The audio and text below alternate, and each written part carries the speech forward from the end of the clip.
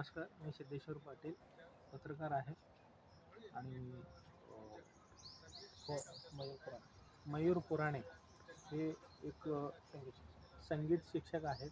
त्यांनी तबला वाजवणे, वाद्य वाजवणे, नृत्यकला शिकवणे असे त्यांचे क्लासेस घेते आणि ते आज सोलापूर विद्यापीठात पुण्यश्लोक अहिल्याबाई विद्यापीठात ते मुलाखत आले होते. त्यांचं मुलाखत घेतो आणि ते मुलाखत द्यायला तर त्यांचे काही बरे वाईट अनुभव ते आपण इथे शेअर करणार आहे.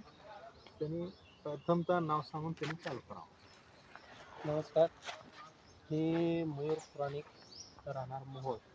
या ठिकाणी गेल्या 20 वर्षापासून मी संगीत कला अकॅडमीच्या माध्यमातून संगीत शिक्षण घेण्याचा मी प्रयत्न करतोय आणि गेल्या 20 वर्षापासून सर्वसामान्य आणि कष्टकऱ्यांच्या घरामध्ये ही सामवेदातून आलेली कला ही सर्वसामान्य लोकांपर्यंत पोहोचावी यासाठी मी प्रयत्न करतोय आणि ही कला बुद्धिंगत होण्याच्या दृष्टिकोनातून माझा प्रयत्न आहे. बरं, त्याच्यामध्ये नृत्य करताना किंवा वाद्य शिक्षण करताना वयाचं मर्यादा आहे किंवा लहान किती वया? शिक्षणाला ॲक्च्युली कुठलीही मर्यादा नसते, परंतु माणूस जन्मल्यापासून ते अगदी मरेपर्यंत त्याचं शिक्षण ते चालूच असतं आणि माणूस पूर्ण जगेपर्यंत ते विद्यार्थी म्हणूनच तो काम करत असतो. आता सध्या परंतु संगीत शिक्षणासाठी किमान लिहिता वाचता येणं म्हणजे वय वर्ष 7 पूर्ण असणं हे आवश्यक आहे.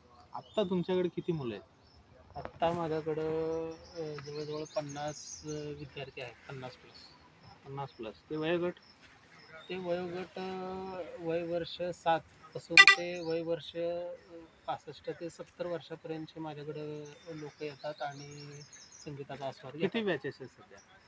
आता माझ्याकडं दिवसभराचे एकूण 7 बॅचेस आहेत.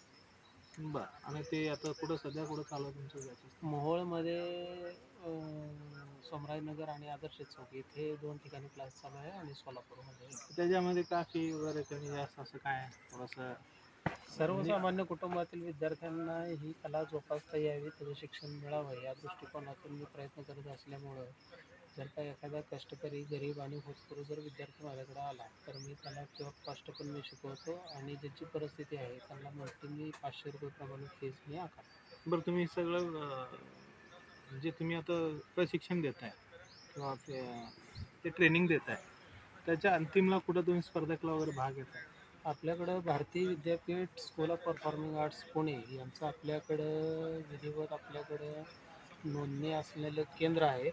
त्या केंद्रामार्फत आपल्या परीक्षा होतात आणि त्या परीक्षांच्या माध्यमातून सर्टिफिकेट डिप्लोमा कोर्सेसचा आपण त्यांना सर्टिफिकेट देतो आणि त्या अनुषंगाने परीक्षेची तयारी करून घेतो. आतापर्यंत तुमचे जे स्पर्धक आहेत एक विजेतेपद त्यांना आतापर्यंत कुठल्या तरी एका सिनेमामध्ये कुठल्या ह्याच्यामध्ये वगैरे भाग वगैरे? माझे विद्यार्थी श्रीलंका आणि